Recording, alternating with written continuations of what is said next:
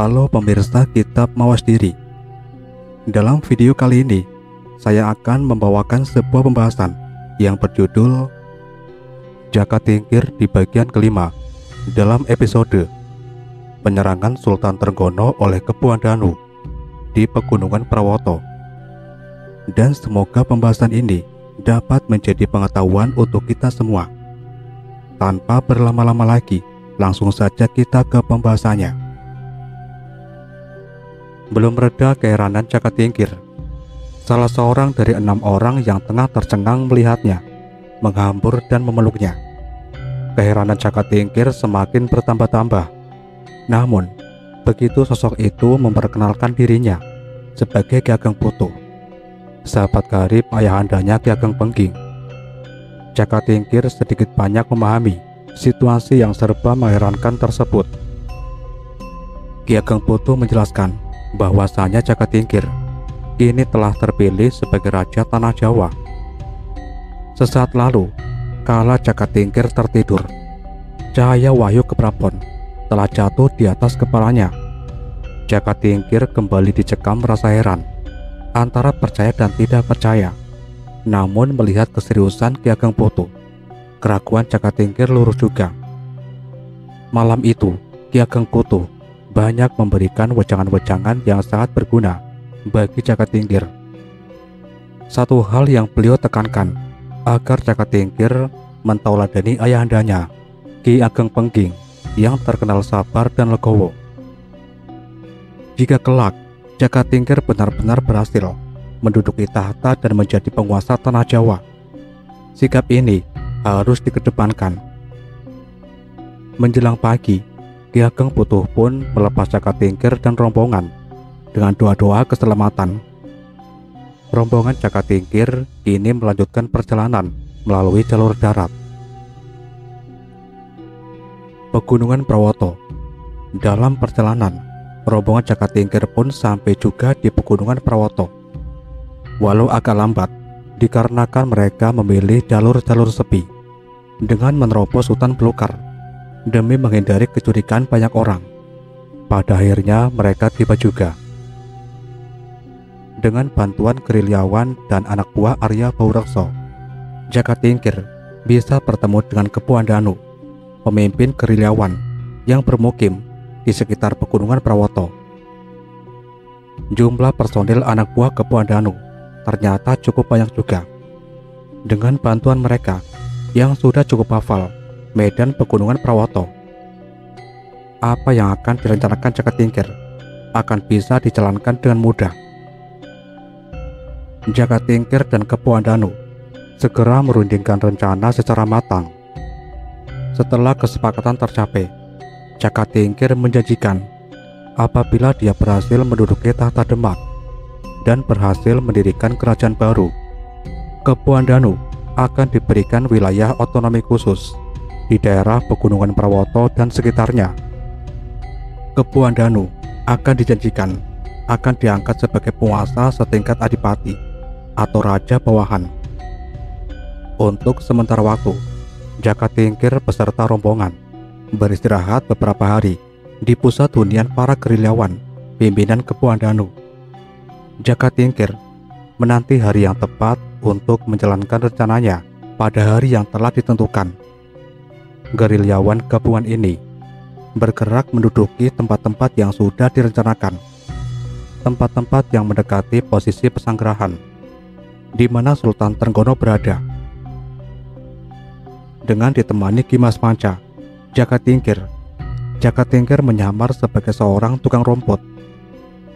Mereka berdua lebih mendekat ke pusat pesanggerahan. Jaka Tingkir ingin lebih memastikan dengan mata kepala sendiri bahwa Sultan Trenggono memang benar-benar berdiam di sana. Selain itu, Jaka Tingkir juga tengah mencari target beberapa orang prajurit pengawal Sultan yang sama-sama saling kenal dengan dirinya. Dari hasil pengamatan Jaka Tingkir, dia bisa memastikan bahwa Sultan Trenggono memang berdiam di sana. Jaka Tingkir yakin setelah mengamati seharian kondisi dan situasi pesanggerahan. Sebagai mantan lurah prajurit pengawal Sultan, Jaka Tingkir tahu bahwa memang Raja Demak itu sedang berada di Pesanggrahan, Pegunungan Prawoto. Pada malam harinya, kembali Jaka Tingkir ditemani Ki Mas Manca dan beberapa gerilyawan pilihan mendekati lokasi Pesanggrahan.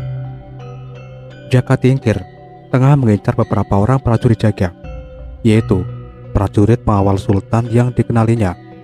Setelah mendapatkan sasaran yang tepat, ditambah situasi yang dirasa cukup memadai, Ki Mas Manca dan Jaka Tingkir menyergap 2 orang prajurit yang sudah diincar semenjak sore. Dibantu beberapa gerilyawan yang lain, 2 orang prajurit ini berhasil dilumpuhkan dan dibawa menjauhi areal Pesanggrahan menuju ke tempat persembunyian para gerilyawan. Sesampainya di tempat persembunyian para gerilyawan, kedua prajurit pengawal tersebut langsung ditemui sendiri oleh Jaka Tingkir. Betapa terkejut mereka mengetahui siapa yang tengah menemui mereka berdua. Keduanya tidak bakalan lupa dengan Jaka Tingkir, mantan lurah prajurit pengawal mereka. Oleh Jaka Tingkir, kedua prajurit ini ditawari jabatan tinggi jika mereka mau membantu gerakan yang direncanakan Jaka Tingkir, dan keduanya tergiur. Mereka akhirnya menerima tawaran tersebut. Tugas mereka hanyalah mengabarkan kepada Sultan Trenggono bahwa mereka melihat sosok Jaka Tingkir tengah bertapa di sekitar Pegunungan Prawoto. Kabar tersebut harus disampaikan kepada Sultan Demak keesokan hari, manakala Pesanggrahan sudah diserang oleh para gerilyawan. Di tengah situasi genting dan sangat mengancam keselamatannya Sultan, di saat itulah kedua prajurit ini harus menghadap Sultan dan menyampaikan berita tersebut. Selanjutnya, mereka harus bisa memberi masukan agar Sultan meminta bantuan Jaka Tingkir untuk mengusir rombongan liar yang mengancam beliau. Jika Sultan setuju, secepatnya mereka harus kembali menemui Jaka Tingkir. Jika tidak setuju, mereka tidak usah kembali lagi. Menjelang pagi hari, seluruh gerilyawan telah siap di pos masing-masing, dan bersamaan dengan bunyi burung buatan yang disuarakan oleh Ki Mas Manca, serentak mereka keluar dari persembunyian dan menyerang Pesanggrahan di mana Sultan Trenggono berada. Pagi baru menjelang, embun masih juga belum mengering. Matahari masih menyembul malu-malu. Seluruh prajurit pengawal Sultan Demak dikejutkan dengan serangan mendadak dari gerombolan gerilyawan Majapahit. Bende atau gong kecil seketika nyalang dipukul. Dari satu tempat, menyusul suara bende terdengar di tempat lain. Berkumandang, memekakan telinga. Bunyi pukulan bertalu-talu tersebut berbaur dengan suara teriakan-teriakan beringas dari para gerilyawan dan suara kepanikan para prajurit Demak. Di pagi buta itu, di mana mata mereka juga belum sepenuhnya jernih, para prajurit pengawal Sultan segera menyambar senjata dan tameng masing-masing. Riuh rendah suaranya, bentak-bentakan komando terdengar di sana-sini, dan pertempuran pecah sudah. Senjata-senjata berkilat-kilat.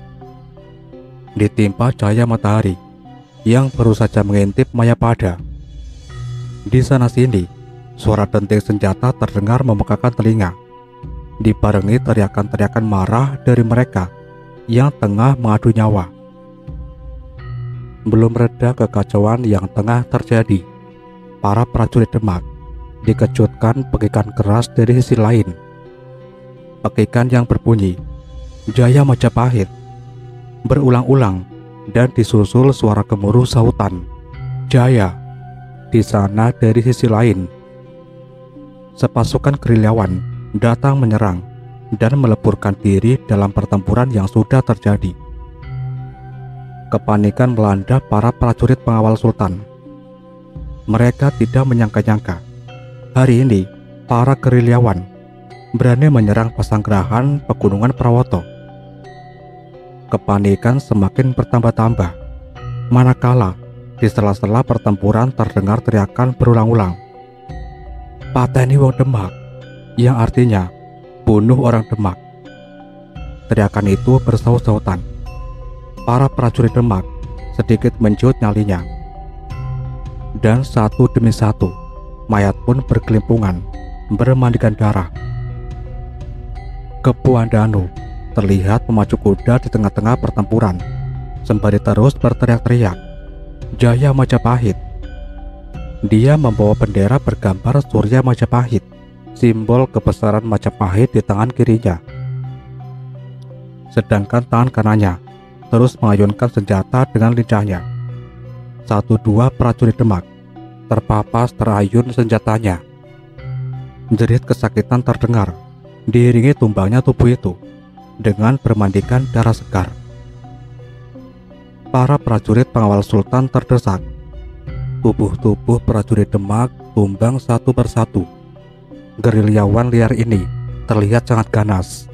Gerakan penyerangan mereka yang tak kenal takut terlihat syarat dengan penumpangan dendam dan kebencian. Dan beberapa pasukan gerilyawan telah naik memasuki pesanggerahan di mana Sultan Trenggono telah berada. Jerit ketakutan dari para dayang wanita dan beberapa selir yang kebetulan ikut di tempat tersebut terdengar. Mereka ketakutan melihat gerombolan gerilyawan Majapahit memasuki pesanggerahan tanpa ada satupun pasukan Demak yang bisa menahannya. Kegaduhan, kepanikan, ketakutan terlihat di sana-sini. Pergerakan pasukan gerilyawan sudah tidak dapat dikontrol lagi. Penyerangan mereka semakin liar dan ganas. Melihat situasi seperti itu, Jaka Tingkir segera memerintahkan 2 orang prajurit Demak yang semalam diculiknya untuk segera menjalankan tugas. Kedua prajurit ini langsung bergerak menyusup, mencari jalan aman menuju pesanggerahan. Sebuah tanda khusus yang mereka kenakan di leher membuat para gerilyawan yang kebetulan melihat mereka segera memberikan jalan. 2 orang prajurit ini sampai di pesanggerahan. Situasi sangat kacau balau. Mereka telah hafal jalan menuju ruang dalam pesanggerahan, dan mereka bergerak ke ruang rahasia di mana mereka pastikan Sultan pasti tengah mengamankan dirinya di sana. Kedatangan mereka yang terkopoh-kopoh membuat beberapa prajurit pengawal yang masih menjaga Sultan terkejut. Di tengah kepanikan dan ketakutan, di tengah kebingungan, mereka mencari celah membawa lari Sultan keluar dari medan tempur. Kedatangan 2 orang prajurit ini hampir saja menimbulkan pertikaian. Namun, melihat yang datang adalah sesama anggota prajurit pengawal, mereka pun segera menanyakan, ada berita penting apakah yang hendak disampaikan. 2 orang prajurit ini diminta izin untuk bertemu Sultan Trenggono langsung. Dalam suasana mencekam, para prajurit yang menjaga Sultan mengantarkan 2 orang suruhan menemui Sultan Trenggono di dalam bilik. Nampak Sultan Trenggono tengah berdiri tegang, sembari menggenggam keris. Melihat kedatangan 2 orang prajurit tersebut, Sultan langsung menyambut dan menanyakan apa yang hendak mereka sampaikan. Tanpa menunggu waktu lama, 2 orang prajurit ini langsung mengabarkan bahwa mereka melihat Jaka Tingkir. Jaka Tingkir tengah berada di sekitar pegunungan Prawoto. Dia tengah menjalankan tapa brata. Jika Sultan berkenan, Jaka Tingkir mau turun tangan saat ini juga. Dalam kondisi panik, Sultan Trenggono tidak bisa berpikir panjang lagi. Beliau langsung memerintahkan 2 prajurit ini untuk menemui Jaka Tingkir. Sultan Trenggono memerintahkan Jaka Tingkir mengatasi kekacauan, dan Sultan akan mengampuni segala kesalahannya. Kedua prajurit ini bergegas mohon undur. Keduanya segera keluar dari pesanggerahan, kembali menemui Jaka Tingkir. Mendengar Sultan Trenggono tengah panik dan meminta bantuannya, Jaka Tingkir, Ki Mas Manca, Ki Mas Wila, dan Ki Mas Wuragil segera bergerak. Ki Mas Manca segera memperdengarkan suara burung hutan tiruan yang bersaut-sautan. Disusul kemudian suara serupa terdengar. Suara yang dibuat oleh para gerilyawan yang lain. Begitu mendengar suara burung hutan tiruan yang diperdengarkan oleh Ki Mas Manca. Jika suara ini terdengar, maka menandakan bahwasanya Jaka Tingkir sudah waktunya tampil ke medan laga. Namun seharusnya, begitu mendengar isyarat suara yang dibunyikan beberapa gerilyawan dari garis belakang, Kepu Andanu harus memberikan isyarat penghentian setengah peperangan dan menurunkan bendera Surya Majapahit. Hanya pemimpin gerilyawan, anak buah Bau Rekso saja yang melakukannya. Gerakan penyerangan setengah terhenti. Dari sisi lain, beberapa gerilyawan di baris depan berbalik arah mundur ke belakang perlahan. Namun, tidak dengan pasukan yang dipimpin Kepu Andanu. Mereka terus merangsak maju. Mereka tidak melihat bendera Surya Majapahit di tangan Kepu Andanu diturunkan. Situasi tak terduga ini membuat beberapa gerilyawan kebingungan, dan Jaka Tingkir pun melihat itu. Kepu Andanu tidak menuruti perintahnya. Kepu Andanu tidak menjalankan rencana yang telah disepakati. Dan gerakan pasukan Kepu Andanu telah merambah pesanggerahan. Beberapa bangunan pesanggerahan telah dibakar. Jaka Tingkir cepat bertindak. Dia mengambil seekor kuda dan cepat naik ke atas pelana. Kuda langsung digebrak nyalang, langsung melaju ke garis depan. Ki Mas Manca, Ki Wila, dan Ki Wuragil tidak tinggal diam. Mereka segera menggebrak kuda masing-masing, menyusul Jaka Tingkir. Melihat kedatangan 4 orang penunggang kuda yang menerobos medan pertempuran, dan yang paling depan terlihat adalah Jaka Tingkir, Kepu Andanu tidak menggubris. Bendera Surya Majapahit kini semakin diangkat tinggi-tinggi. Jaka Tingkir bertindak cepat. Dia memacu kuda mendekati Kepu Andanu. Manakala jarak mereka sudah teramat dekat, Jaka Tingkir langsung melompat dari atas kudanya, menubruk Kepu Andanu. Karuan saja, Kepu Andanu jatuh terguling di tempat tubuh Jaka Tingkir. Bendera Surya Majapahit terlempar dari genggamannya. Cepat bendera itu diraih Jaka Tingkir dan dilemparkan ke arah Ki Mas Manca yang tengah memacu kuda ke arahnya. Ki Mas Manca sigap menerima lemparan tersebut dengan terus memacu kuda ke garis paling depan, diiringi Ki Mas Wila dan Ki Mas Wuragil. Ki Mas Manca mengangkat tinggi-tinggi bendera Surya Majapahit. Lantas digerakannya turun sambil berteriak, "Mundur!" Terdengar teriakan komando dari Ki Mas Manca, dan melihat bendera Surya Majapahit di tangannya bergerak turun. Beberapa pemimpin gerilyawan yang membawa bendera serupa segera melakukan hal yang sama dan berteriak, "Mundur!" Gerakan merangsek maju dari anak buah Kepu Andanu segera tertahan. Kini perlahan mereka mundur ke belakang bergelombang. Beberapa prajurit Demak yang hampir kehilangan nyawa bersyukur manakala para gerilyawan itu seketika mundur ke belakang. Di lain tempat, Kepu Andanu tengah berhadapan dengan Jaka Tingkir. "Paman, mengapa tidak mengikuti rencana semula?" Suara Jaka Tingkir tertahan. Jarak mereka teramat dekat, cukup untuk didengar oleh Kepu Andanu. Kepu Andanu mendengus, matanya berkilat-kilat. "Kehormatan bagiku membunuh keturunan patah itu dengan tanganku, Raden." Suara Kepu Andanu terdengar bergetar menahan amarah. Jaka Tingkir mendesis. Pasukan Demak dalam jumlah besar sebentar lagi datang. Percuma hanya membunuh sultannya. Sultan baru akan segera diangkat menggantikan. Ikuti rencana semula, Paman. Tahta Demak bisa kita rebut dari dalam. Namun Kebu Andanu tidak mau mendengar.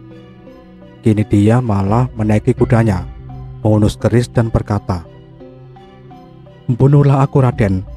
Hanya dengan cara itu, Raden bisa menghentikanku memenggal kepala Trenggono."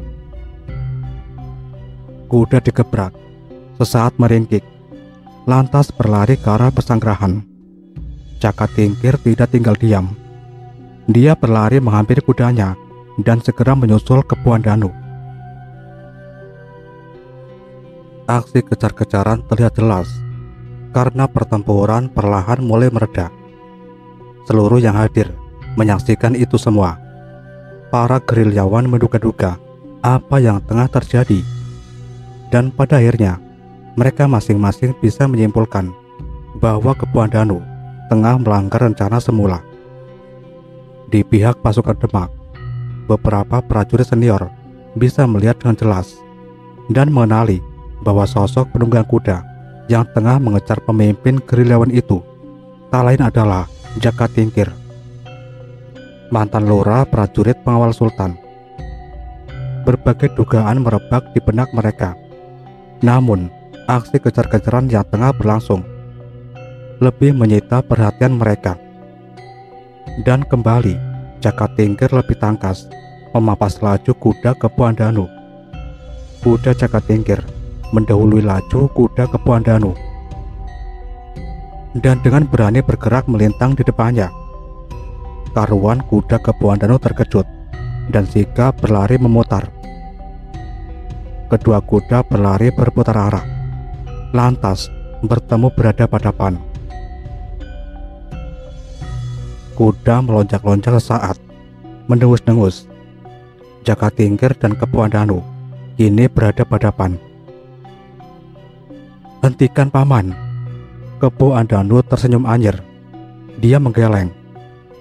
Membunuh Trenggono atau mati di tangan pewaris tahta Majapahit adalah kehormatan bagiku. Nyaring suara Kebu Andanu. Hampir semua orang mendengar suaranya. Kini, baik pasukan Demak maupun para gerilyawan mendadak terkesiap diam. Hanya ringkikan-ringkikan kuda yang sesekali terdengar di sana-sini. Mereka yang hadir menantikan dengan tegang apa yang bakal terjadi. Dan kembali Kebu Andanu memutar kudanya. Jaka Tingkir sigap. Dia menubruk tubuh Kebu Andanu sekali lagi. Keduanya terguling-guling di tanah, dan keduanya pun cepat bangkit berdiri. Kebu Andanu beringas. Ia tusukkan keris ke tubuh Jaka Tingkir. Jaka Tingkir tetap bersikeras mengingatkan Kebu Andanu. Namun, serangan Kebu Andanu semakin ganas. Pertempuran terjadi, disaksikan oleh prajurit Demak dan para gerilyawan. Dua sosok harimau Majapahit itu kini tengah bertempur satu lawan satu. Belum lama pertempuran terjadi, suasana tegang tiba-tiba dipecahkan oleh suara hentakan kendang dan alunan gamelan. Suara irama pertempuran. Bunyi itu berasal dari arah pendopo pasanggerahan.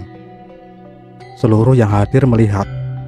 Di sana, Sultan Trenggono nampak tengah berdiri, menyaksikan duel maut dua harimau Majapahit. Sultanlah yang memerintahkan beberapa pengrawit keraton atau pemusik istana, yang juga ikut serta dalam rombongan Sultan di Pegunungan Prawoto untuk membunyikan gamelan bernada perang. Bunyi gamelan mengiringi adu kesaktian Jaka Tingkir dan Kebu Andanu. Kendang menghentak-hentak nyalang, indah didengar. Seiring gerakan dua orang yang tengah mengadu nyawa, hentakan kendang dibarengi teriakan dari para prajurit Demak. Para gerilyawan diam di tempat masing-masing. Mereka tidak mengira situasi berubah secepat itu. Namun, mereka tidak bisa berbuat apa-apa. Semuanya hanya bisa mengamati dengan dada berdebar. Kedua orang yang tengah bertempur adalah para pemimpin mereka. Namun, tidak demikian pihak pasukan Demak. Setiap kali Jakatingkir menyerangkan serangan, kendang dipukul keras, dan teriakan para prajurit mengiringinya. Di suatu saat, manakala posisi keduanya merapat, Jakatingkir menggeram. "Hentikan!" Kepu Andanu mendengus. "Bunuh aku, Raden, atau aku akan memenggal kepala Trenggono." Dan pertempuran berjalan alot. Masing-masing sangat tangguh dan terampil bermain keris. Namun di suatu ketika, keris Jakatingkir berhasil melukai lambung Kepu Andanu. Kendang menghentak, gemuruh suara prajurit membahana. Kepu Andanu semakin nekat. Dan di suatu saat, ketika Jakatingkir berhasil membalikkan serangan keris Kepu Andanu, ujung keris meluncur tak terarah lagi, mengarah pada dada sang pemimpin gerilyawan. Jakatingkir kaget, tapi terlambat. Keris menancap dalam, tepat di dada Kepu Andanu. Kepu Andanu menggeram. Darah memancar dari dadanya. Sesaat, dia hendak bergerak ke depan, namun tubuhnya luruh. Dia jatuh terduduk. Tangan kirinya mendekap dada yang telah basah oleh darah segar. Tangan kanannya yang tengah memegang keris diangkat tinggi-tinggi. Kepu Andanu berteriak, "Jaya Majapahit!" Jakatingkir terkesima. Tubuhnya bagai terpancang kuat ke dasar bumi. Sesaat sebelum Kepu Andanu tersungkur, dia melihat kesatria Majapahit itu tersenyum kepadanya. Bunyi gamelan kemenangan kini didengar. Sorak-sorai para prajurit Demak bergema. Di tempat lain, para gerilyawan geger. Namun, Ki Mas Manca berhasil menenangkan mereka. Ki Mas Manca memerintahkan 2 orang gerilyawan untuk maju ke depan. Jakatingkir tangkap. Dia membiarkan 2 orang gerilyawan itu membawa jenazah Kepu Andanu. Jakatingkir sempat berkata lirih. Cukup didengar 2 orang gerilyawan. "Lakukan upacara kematian yang layak." Dan Ki Mas Manca memerintahkan seluruh gerilyawan meninggalkan pesanggerahan Pegunungan Prawoto saat itu juga. Peristiwa memilukan ini diceritakan secara simbolik dalam Babat Tanah Jawa. Konon, sesampainya di Pegunungan Prawoto, Jakatingkir menemukan seekor kerbau liar yang bernama Kepu Andanu. Kerbau tersebut ditangkap oleh Jakatingkir. Lantas di salah satu telinganya dimasukkannya segenggam tanah yang dibawa dari penyu biru. Kerbau liar tersebut berubah semakin liar, lalu dilepaskan ke arah pesanggerahan Sultan Trenggono. Kerbau mengamuk. Para prajurit mengawal. Tidak ada yang mampu menaklukkan amukan Kepu Andanu. Bahkan banyak para prajurit yang tewas terkena amukannya. Pesanggerahan Pegunungan Prawoto porak-poranda oleh Kepu Andanu. Sultan Trenggono panik. Lantas 2 orang prajurit menghadap Sultan dan mengabarkan bahwa mereka melihat Jakatingkir. Seyogyanya Sultan meminta pertolongan Jakatingkir untuk menaklukkan Kepu Andanu. Sultan menyetujui. Jakatingkir akhirnya turun tangan. Jakatingkir bertempur dengan Kepu Andanu. Kerbau dipegang, namun tidak menurut dan semakin liar. Terpaksa Jakatingkir mengeluarkan tanah yang dia masukkan ke telinga kerbau.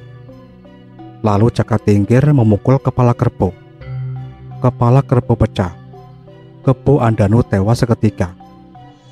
Sultan Trenggono selamat dari amukan Kepu Andanu.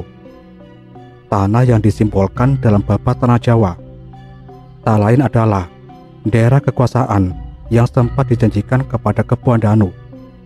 Namun, daerah kekuasaan tersebut tidak jadi dimiliki Kepu Andanu karena dia telah membangkang perintah Jakatingkir. Banyak spekulasi merebak di kalangan istana Demak akibat peristiwa tersebut. Namun bagaimanapun juga, Jakatingkir terbukti berhasil menyelamatkan nyawa Sultan Trenggono. Sunan Kudus memberi masukan kepada Sultan bahwasanya Jaka Tingkir adalah sosok berbahaya bagi Demak Bintoro. Demikian juga beberapa pejabat yang lain. Namun keberhasilan Jaka Tingkir menyelamatkan nyawa Sultan bukan berarti tidak harus dihargai. Di sisi lain, Nimas Sekaring Kedaton, putri Sultan Trenggono, memohon kepada ayandanya agar Jaka Tingkir diperbolehkan memasuki istana kembali. Nimas Sekaring Kedaton diam-diam jatuh hati kepada Jaka Tingkir. Melalui serangkaian musyawarah yang rumit, pada akhirnya Jaka Tingkir diberi penghargaan menjabat sebagai seorang raja bawahan, seorang adipati. Hal ini dimaksudkan agar Jaka Tingkir tidak mempunyai akses langsung di lingkungan istana Demak. Jaka Tingkir sengaja dijauhkan dari pusat. Jaka Tingkir dikukuhkan sebagai adipati yang menguasai wilayah Pajang, wilayah yang tak jauh dari Pengging, tanah kelahirannya. Bahkan Pengging pun kini masuk wilayah Pajang. Dia dikukuhkan dengan gelar Adipati Adiwijaya, yang berarti kemenangan utama. Mas Karepet atau Jaka Tingkir kini bergelar Adipati Adiwijaya. Ki Mas Manca diangkat sebagai pendampingnya dengan jabatan Patih Jaba. Dia lantas bergelar Patih Mancanegara. Sedangkan Ki Mas Wila dan Ki Mas Wurakil, mereka diangkat sebagai Patih Jero. Jabatan Patih Jero dibebankan kepada mereka berdua. Patih Jopo adalah jabatan wakil raja yang bertugas mengurus urusan ekstrim keraton dengan dibantu beberapa mantri, membawahi beberapa pejabat di luar lingkungan ibu kota. Sedangkan Patih Jero adalah jabatan wakil raja yang bertugas mengurus urusan intern keraton dengan dibantu pula oleh beberapa mantri dan ngabai. Akses masuk secara langsung ke istana Demak Bintoro tertutup bagi Adipati Adiwijaya. Namun diam-diam Adipati Adiwijaya pun mencintai Nimas Sekaring Kedaton. Hubungan diam-diam di antara mereka ini memang sudah jauh-jauh hari terjalin. Atas saran Ki Mas Manca atau Patih Mancanegara, Adipati Wijaya meminang Nimas Sekaring Kedaton.